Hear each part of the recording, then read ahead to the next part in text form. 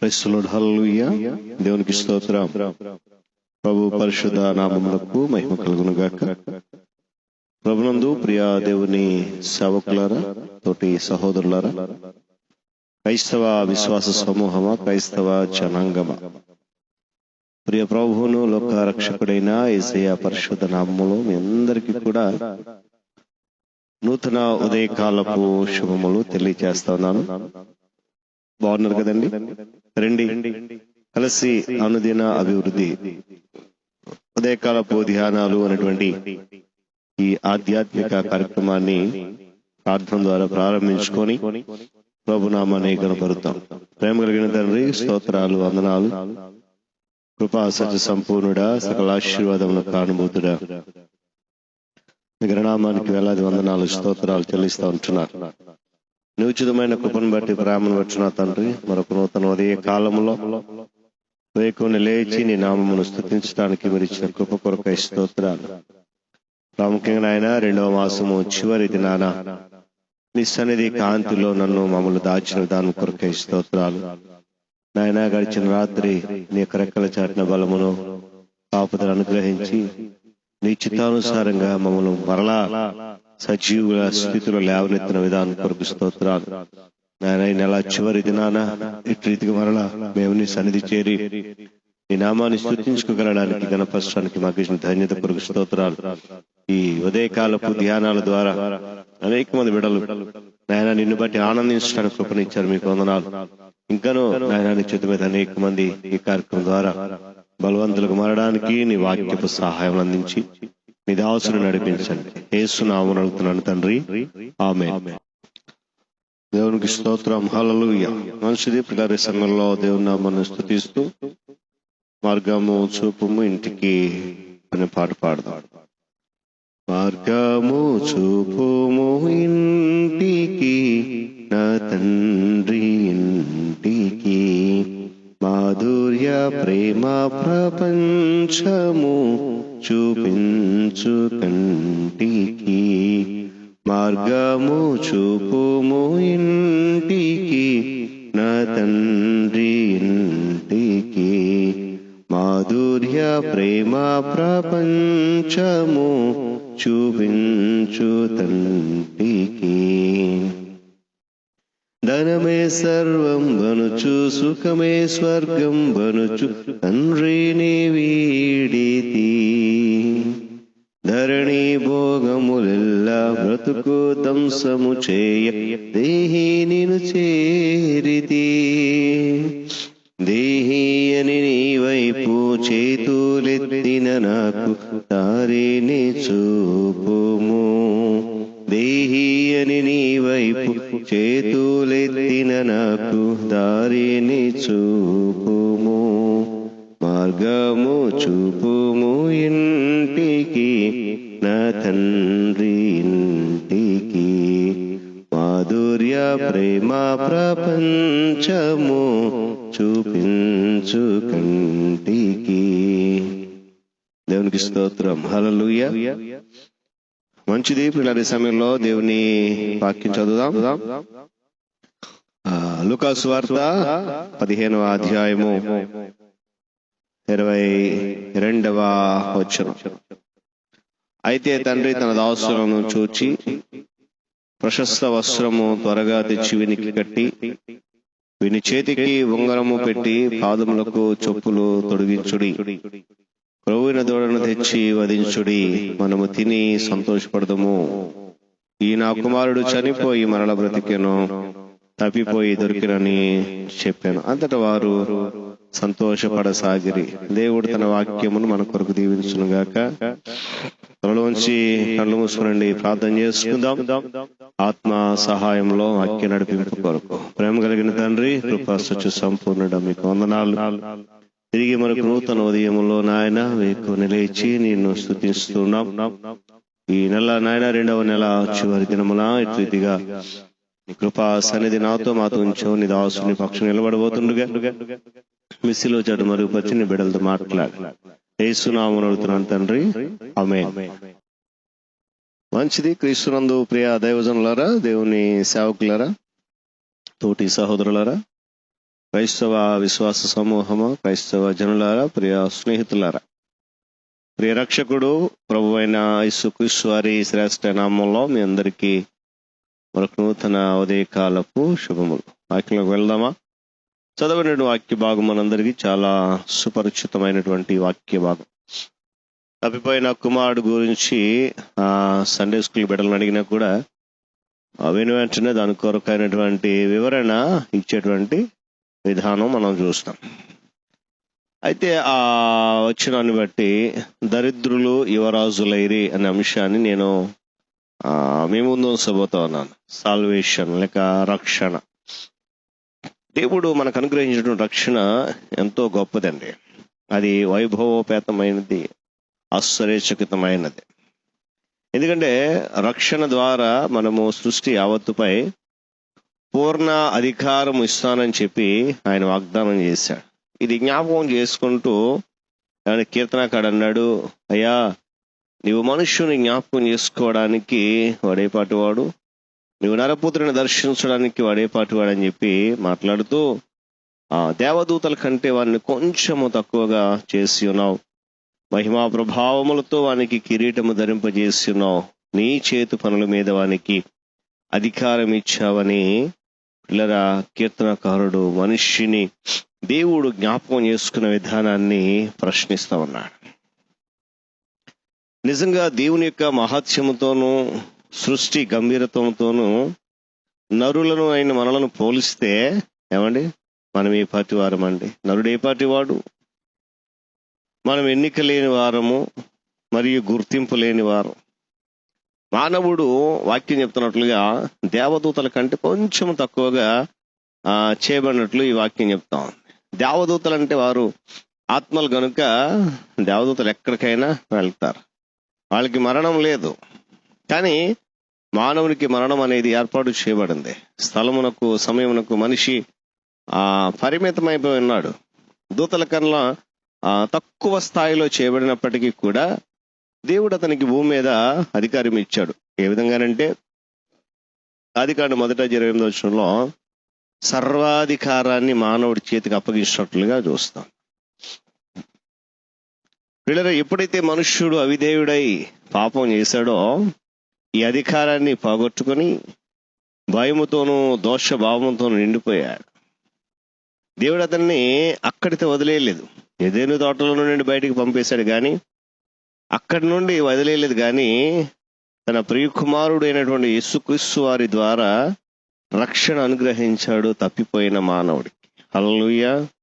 మహిమ మరియు ఘనతలను యథాస్థితికి తెచ్చేదే ఈ రక్షణ. పిల్లరాది తప్పిపోయిన కుమారుని కథ సత్యాన్ని బాగా చిత్రిస్తూ ఉంది.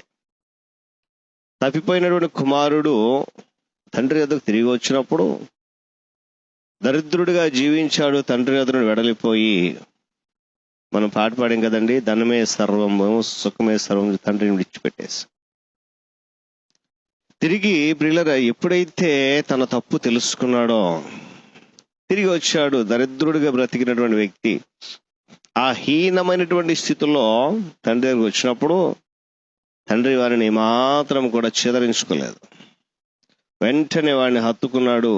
ఏమండి, మంచి దుస్తులు తొడిగించాడు, చేతికి ఉంగరం పెట్టించాడు, కాళ్లకు మంచి చెప్పులు తొడిగి, మరియు ఆ క్రొవ్విన దూడతో విందు ఏర్పాటు చేశాడు.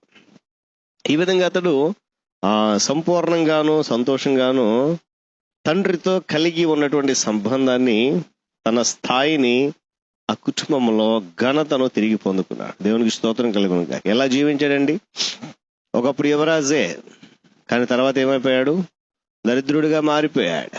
కానీ దరిద్రపు స్థితిలో, హీనమైన స్థితిలో వచ్చినప్పుడు మరలా యువరాజుగా పటాభిషేకం చేయబడింది. ఈరోజు పిల్లల హీనమైన పాపదోషభరితమైన జీవితంలో మనలను కూడా దేవుడు రక్షించి రక్షణ భాగ్యాన్ని ఇచ్చి యువరాజులను చేశాడు. మనలను తన రాజ్యానికి వారసులుగా ప్రకటించాడు. అందుకంటాడు, జయించు వారిని నాతో కూడా నా సింహాసనం అందు కూర్చుండనిచ్చదని చెప్పి ప్రకటన గ్రంథంలో దేవుడు తెలియజేస్తాడు. పిల్లరా, కుమారుడి తనను ఒక సేవకుని అంగీకరించమని వచ్చాడు. కానీ తండ్రి వానికి తన ఇంటిలో పూర్వం ఏదైతే అధికారం ఉందో అధికారంతో సహా ఒక ఉంగరాన్ని కూడా ఇచ్చాడు. రక్షణ అంటే ఇదే. పెంట కుప్ప మీద నుండి సింహాసనమునకు ఎత్తబడడం, దరిద్రపు స్థితిలో నుండి యువరాజు స్థానంలో కూర్చోబెట్టడం. తిరిగి పొందుకున్నటువంటి అధికారంలో వర్తమాన భవిష్యత్ అంశము ఇమిడి ఉంది. పరలోకమందును భూమి మీదను నాకు సర్వాధికారం ఇవ్వబడిందని యేసుక్రీస్తు ప్రభువారు చెప్పాడు తన ప్రసంగంలో. అందుకే 70 మంది శిష్యుల ఆజ్ఞను దెయ్యములు సహితం పాటించాయి.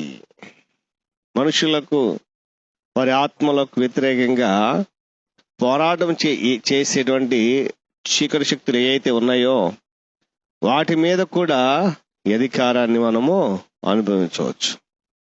అయినప్పటికీ సంపూర్ణంగా మనము పూర్వపు స్థితిని పొందాలి అని అంటే అది భవిష్యత్తులోనే జరుగుతుంది. దేవునికి స్తోత్రం కలుగును గాక. హల్లెలూయా.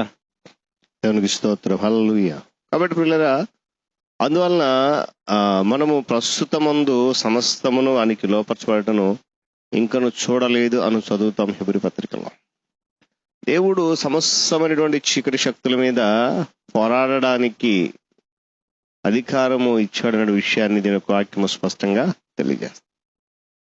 కీర్తనకారుడు అంటాడు, శత్రువు ఇంకను మిమ్మును శత్రువు ఇంకను నిమ్మళము చేయబడలేదని మనం ఎరుగుదుము. అంటే అపవాది కామ్గా లేడు, నెమ్మదిగా లేడు. కొంచెమే సమయం ఉందని తెలిసి విపరీతంగా పోరాడుతూ ఉన్నాడనే విషయాన్ని వాక్యం. వాడు బుసలు కొడుతూ గర్జిస్తూ తిరుగుతూ ఉన్నాడు. కానీ పాలు కుడిచి పిల్ల నాగుపాము పొట్ల వద్ద ఆట్లాడినప్పుడు ఏమండి, యెషయా వేరు ఆయన ప్రజలకు పతాకం వల్ల నిలిచే దినం వచ్చుచున్నదని యెషయా చూస్తాం. ఆ దినమున లోకమంతా కూడా యెహోవాను గురించిన జ్ఞానముతో మాత్రమే నిండి ఉంటుంది. దేవునికి స్తోత్రం కలుగును గాక. హల్లెలూయా. కాబట్టి దరిద్రపు స్థితిలో ఉన్నటువంటి వారిని యువరాజులను చేసేటువంటి మహా గొప్ప దేవుడు మన దేవుడు. హల్లెలూయా. ఇక్కడ ఈ తప్పిపోయిన కుమారుడు చేసిన పని అంతా కూడా వ్యతిరేకమైనది. కానీ తండ్రి జాలిపడి తిరిగి పూర్వపు స్థితిని కుమారుడికి ఇవ్వడం మనం చూస్తున్నాం. అధికారాన్ని ఇచ్చాడు, ఐశ్వర్యం ఇచ్చాడు, ఘనతని ఇచ్చాడు. ఏమండి, ఈ విధానంలో మనం ఆలోచన చేస్తే తండ్రి అయినటువంటి దేవుడు తన ప్రియకుమారుడైనటువంటి క్రీస్తు ద్వారా రక్షణ అనేటువంటి ఒక గొప్ప అధికారాన్ని మనకిచ్చి పాపపు జీవితంలో నలిగిపోతున్నటువంటి మగ్గిపోతున్న మనలను తన ప్రియబిడలుగా ఆయన ఎన్నుకున్నాడు, ఏర్పాటు చేసుకున్నాడు. దేవునికి స్తోత్రం కలుగును గాక. చెప్పండి, నమ్మిన గట్టిగా హల్లెలూయా. కాబట్టి ప్రియులు గమనించాలి, ఈరోజు మనకున్నటువంటి స్థితి ఎక్కడిది అని అంటే కేవలము అది దేవుని దగ్గర వచ్చింది మాత్రమే సత్యాన్ని మనం గమనించాలి.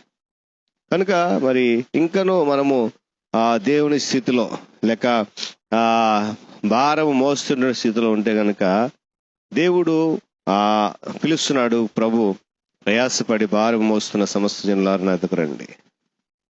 ఏమండి, నీ కాఠిన్యమును మార్పున హృదయాన్ని అనుసరించి దేవుని ఉగ్రతం సమకూర్చుకోకుండా ఆయన ప్రతివానికి వాని క్రియలు చొప్పున ప్రతిఫలం ఇచ్చినటువంటి ఆ సత్యాన్ని మనం గమనించాలి.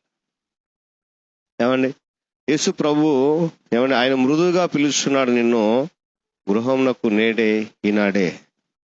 ప్రేమ ప్రకాశం నుండి సంచరిస్తావెందుకు దూరంగా, మరింత దూరంగా. యేసు వేచి ఉండే రమ్ము ఆయన చెంతకిప్పుడే నేడే ఈనాడే. రమ్ము నీ పాప భారముతో ప్రణమిల్లు ఆయన పాదాల చెంత వినమ్రంగా. రమ్ము జాగు చేయక ఏమాత్రం. పెన్నీజే క్రాబ్స్ అనేటువంటి ఆయన 1823 నుండి 1915 జీవించి ఆయన రాసిన మాటలు అవి. కాబట్టి పిల్లరా, దరిద్రులుగా ఉన్నటువంటి వారు యువరాజులు అయ్యారు, పాపులుగా ఉన్న మనం పరిశుద్ధులం అయ్యాం. ఆ నీతిమంతులుగా మనం నీతిమంతులు చేశాడు. ఏమంటే చీకట్లో ఉన్న మనము వెలుగులోనికి నడిపించబడ్డాం. ఆ వెలుగులో నడుస్తూ మన కొరకు ఏర్పాటు చేయబడిన పరమును చేరుకుందాం. పరిశుద్ధాత్మదేవుడు తన కృపతో మనల్ని నడిపించును గాక. ఆమేన్. తల వంచి కళ్ళు మూసుకునండి, ప్రార్థన చేసుకుందాం. ప్రార్థన చేద్దాం. ప్రేమ కలిగిన తండ్రి, సర్వకాశీర్వాదం కారణభూతులని స్తోత్రాలు. ఇంతవరకు నీ దాసుడని నన్ను నిలబెట్టుకొని నీ పక్షంగా నీ శిలోచారును మరుగుపరిచి నీ బిడ్డలతో మాట్లాడారు. మీకు వందనాలు. మెత్తబడిన ప్రతి మాట మా జీవితాల్లో ఫలింప చేయండి, ఆశీర్వదించండి. నీ దాసునికి మీరు ఇచ్చిన ఆరోగ్యాన్ని బట్టి కృతజ్ఞత స్తుతులు చెల్లిస్తున్నాం. తిరిగి దినాన్ని మరలా కొన్ని వినపాలు మీ సముఖంలో పెడుతున్నాను, అంగీకరించి తగిన కాలం ముందు సమయం ముందు జవాబిస్తూ ఎరుగుతూ ఉన్నాం. గ్రామాలలో, మండలాల్లో, నియోజకవర్గాలలో, జిల్లాల్లో, రాష్ట్రాల్లో, దేశాలలో, ప్రపంచ నలుమూలలో భారముతో ప్రయాసతో నీ పరిచర్య చేస్తున్న నీ సేవకులు, నీ దైవదాస్తులను బట్టి నాయన దైవజనులను బట్టి ప్రార్థన చేస్తున్నాం. వారి కుటుంబం దర్శించండి. నీ సేవకులకు బలమును, ధైర్యమును, ఆరోగ్యం దయచండి. ప్రతి విధంలో కీడును దూరపరచండి. వారి కుటుంబాల ఆర్థిక ఇబ్బందులు, మానసిక బలహీనతలు, అనారోగ్య పరిస్థితులు దూరపరిచి సమాధానంతో నిమ్మది నడిపించి సంఘాన్ని బలపరచండి, పరిచర్యను దీవించండి. అధికారులు, నాయకులు, పరిపాలకుల కొరకే ప్రార్థన చేస్తున్నాం. గ్రామాలలో, మండలాల్లో, నియోజకవర్గాల్లో, జిల్లాల్లో, రాష్ట్రాలలో, దేశాలలో అధికార బృందం అంతటి బట్టి వందనాలు. నా తండ్రి, మీరు ఇచ్చిన అధికారము వారు సద్వినియోగం చేస్తూ శ్రేష్టమైన పరిపాలన అందించి న్యాయవంతమైనటువంటి విధానములు ప్రజలను పాలించడం కృపను గ్రహించిన వారి వారి పరిపాలనలో ప్రజలు సంతోషభరితంగా జీవించగలగడం కృపను గ్రహించండి. నీకు వందనాలు. ఉద్యోగ రంగాన్ని బట్టి ప్రార్థన చేస్తున్నాను. ప్రభుత్వ రంగంలో పనిచేస్తున్న ఉద్యోగులు, ప్రైవేట్ రంగంలో పనిచేస్తున్న ఉద్యోగులు ఆయన వారి నిరంతర రాకపోకలో క్షేమం ఇచ్చి ముందు వెనక మీరు ఆవరించి నడిపించండి. ఉద్యోగ బాధ్యత నిర్వర్తిస్తుంటున్నప్పుడు వారిని నిబద్ధత, నమ్మకము దయచేయండి. మీకు వందనాలు, స్తోత్రాలు. ఉపాధ్యాయ వృత్తిలో ఉన్నవారు అనేక మంది ఆయన వారి విద్యా బోధన అనేక మంది బిడ్డలను భవిష్యత్తులో ఉన్నతమైన వారిగా తీర్చిదిద్దే విధానం నడిపిస్తుంటుకునే స్తోత్రాలు. ఆయన వారికి కావాల్సినటువంటి ప్రమోషన్స్ లో నాయన ఒక మంచి స్థలానికి వారు నడిపించి ఎదురు చూస్తుంటుండగా నీ తోడు నీడ సహాయం దయచేయండి. వైద్య బృందాన్ని బట్టి నీకు వందనాలు. నా తండ్రి, వైద్యులందరినీ మీరు దీవించండి. వైద్యశాలలు ఎక్కడెక్కడైతే ఉన్నాయో ప్రతి వైద్యశాల మీరు దర్శించి, ప్రతి వైద్యుని, వైద్యురాలని మీరు దర్శించి దీవించమని ప్రార్థన. వైద్య సిబ్బందిని దీవించండి, ఆశీర్వదించిన వైద్య శాఖను, వైద్య అధికారులందరినీ దీవించండి. నేటికి కరోనా రోగుల మధ్య పనిచేసిన వైద్య బృందం ఆయన వారిని జ్ఞాపకం చేసుకుని సన్నిధి వారితో నడిపించమని క్షేమం ఇచ్చి నీకు స్తోత్రాలు. నిరుద్యోగులు, యువని వ్యవస్థల బట్టి నీకు వందనాలు.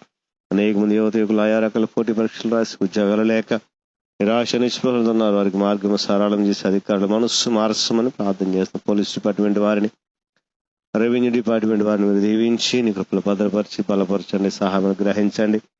రైతులను బట్టి, వ్యవసాయదారులను బట్టి వ్యవసాయం ప్రార్థన చేస్తున్నాం. జ్ఞాపకం చేసుకొని వారికి లాభసాటి కలిగి చిన్న సమస్త నష్టాన్ని దూరపరిచి అభివృద్ధి బాటలో ప్రయాణించి కృపను గ్రహించండి.